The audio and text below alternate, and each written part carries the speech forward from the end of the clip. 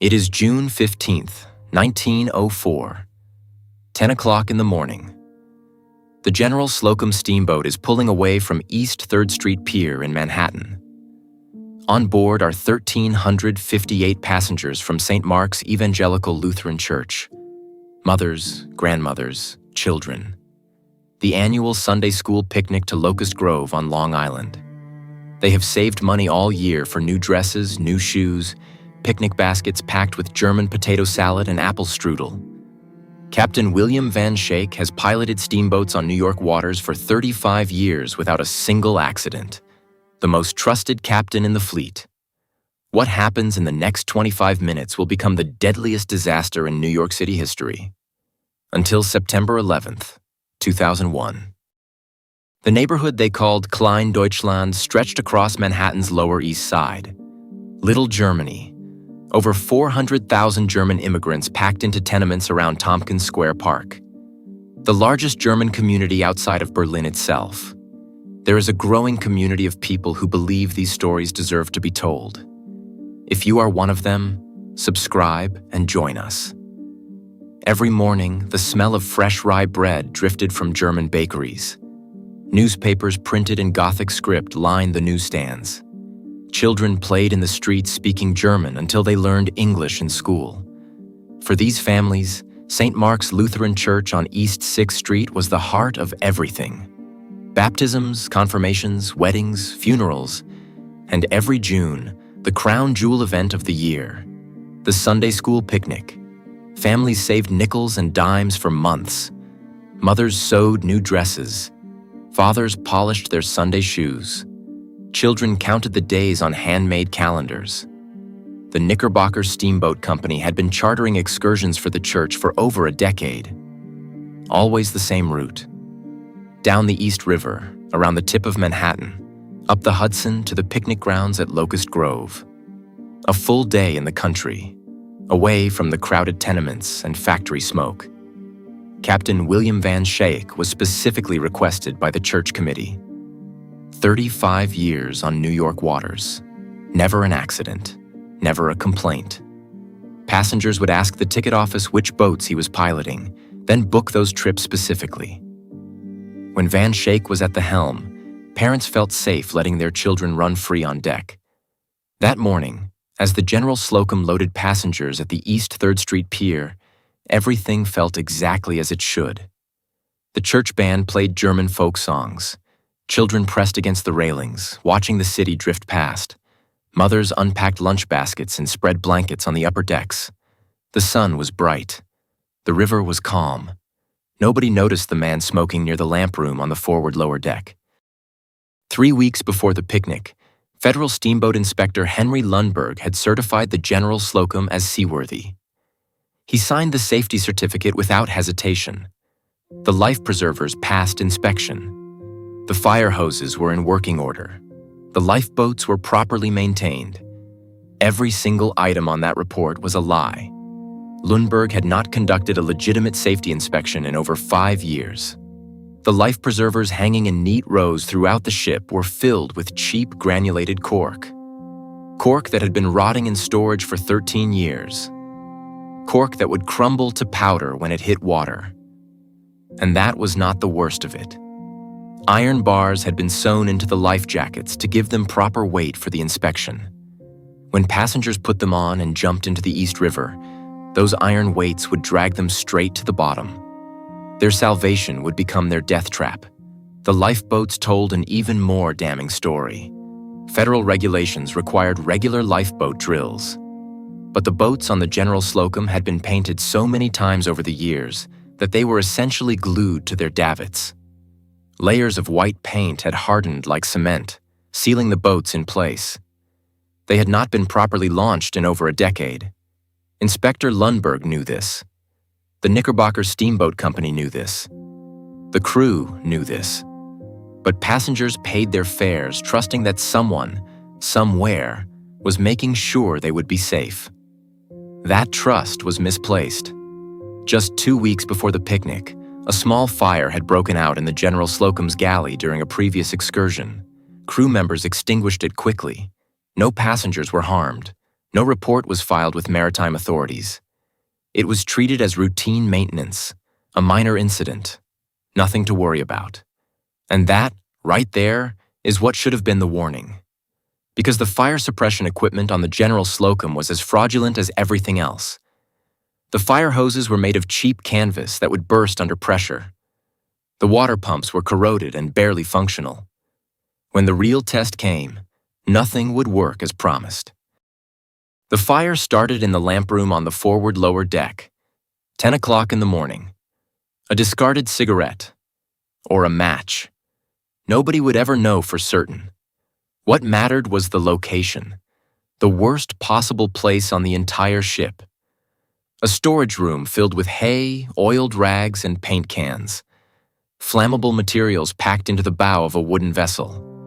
By the time a crew member discovered the flames, they were already spreading through the lower decks. Captain Van Schaick was informed immediately. He had a choice to make. The nearest shore was Manhattan, less than 200 yards away. Industrial docks lined with gasoline storage tanks. Van Schaick later testified that he feared grounding near those tanks would cause an even larger explosion. So he made a decision that would haunt him for the rest of his life. He ordered full speed ahead to North Brother Island, 1 mile away through open water. Maritime experts would later argue that immediate grounding anywhere would have saved hundreds of lives. Passengers could have walked ashore through shallow water. Instead, the General Slocum became a wind-fueled inferno racing down the East River at 15 knots. The ship's speed turned the fire into a blast furnace. Flames swept from bow to stern in minutes. Passengers rushed to the life preservers. Mothers strapped them onto their children. Grandmothers helped each other with the buckles. When they jumped into the river, the rotten cork crumbled. The iron weights pulled them under. Those who managed to reach the lifeboats found them impossible to launch, painted solid to the deck. The fire hoses burst when the crew tried to use them. Water pumps failed under pressure. Every single safety system failed exactly when it was needed most. Had you ever heard of this before today? On North Brother Island, patients and staff at the Riverside Hospital for Infectious Diseases watched in horror as the burning steamboat approached their shore. Many of these patients were recovering from tuberculosis, barely able to walk, but they rushed into the water anyway. Doctors, nurses, and sick patients formed human chains, pulling survivors from the river. Grace Darling, the head nurse, organized rescue efforts while her own patients risked their lives to save strangers. Their heroism would save dozens. But it was not nearly enough. The General Slocum burned the waterline in 25 minutes. Of the 1,358 passengers who had boarded that morning, 1,021 would never make it home. 95% of the victims were women and children. Entire family lines wiped out in less than half an hour. The morgues could not handle the bodies. Temporary facilities were set up in a lumber shed on North Brother Island. Families gathered outside, waiting for news. Many would wait for days. Some would never find their loved ones. The East River had claimed them completely. Congressional investigations began within weeks. The testimony revealed a maritime inspection system so corrupt it was essentially criminal. Inspector Henry Lundberg admitted under oath that he had accepted regular bribes from the Knickerbocker Steamboat Company. His inspection logs were entirely fraudulent. He had certified dozens of vessels as safe without ever boarding them. The steamboat company had paid him to look the other way for years. But when it came time to assign blame, only one man faced criminal charges. Captain William Van Schaick was arrested and charged with criminal negligence. The prosecutors argued that his decision to continue to North Brother Island had turned a survivable emergency into a mass casualty disaster. Van Schaick's defense was simple. He was following company policy. He was trying to avoid an even worse explosion. He had trusted that the safety equipment would work as certified. The jury did not buy it. Van Schaick was sentenced to 10 years in federal prison. He served 3.5 years before President Taft commuted his sentence. Many historians argue he was a scapegoat. The real culprits were the executives who cut corners on safety equipment and the inspectors who accepted bribes to overlook violations. But those men never faced charges. The Knickerbocker Steamboat Company paid $60,000 in total civil settlements to victims' families. $60 per death on average. Federal maritime law limited their liability to the value of the vessel after the disaster. Essentially worthless charred wreckage floating in the East River. The families who lost everything received almost nothing. The company executives who prioritized profits over safety faced no consequences whatsoever. But the victims' families did get something else. They got change. The disaster led to the complete reorganization of the Federal Steamboat Inspection Service in 1905. Mandatory unannounced inspections. Standardized life jacket materials that had to be tested annually by submerging them in water for 48 hours. Criminal penalties for inspection fraud. Fire drills became mandatory.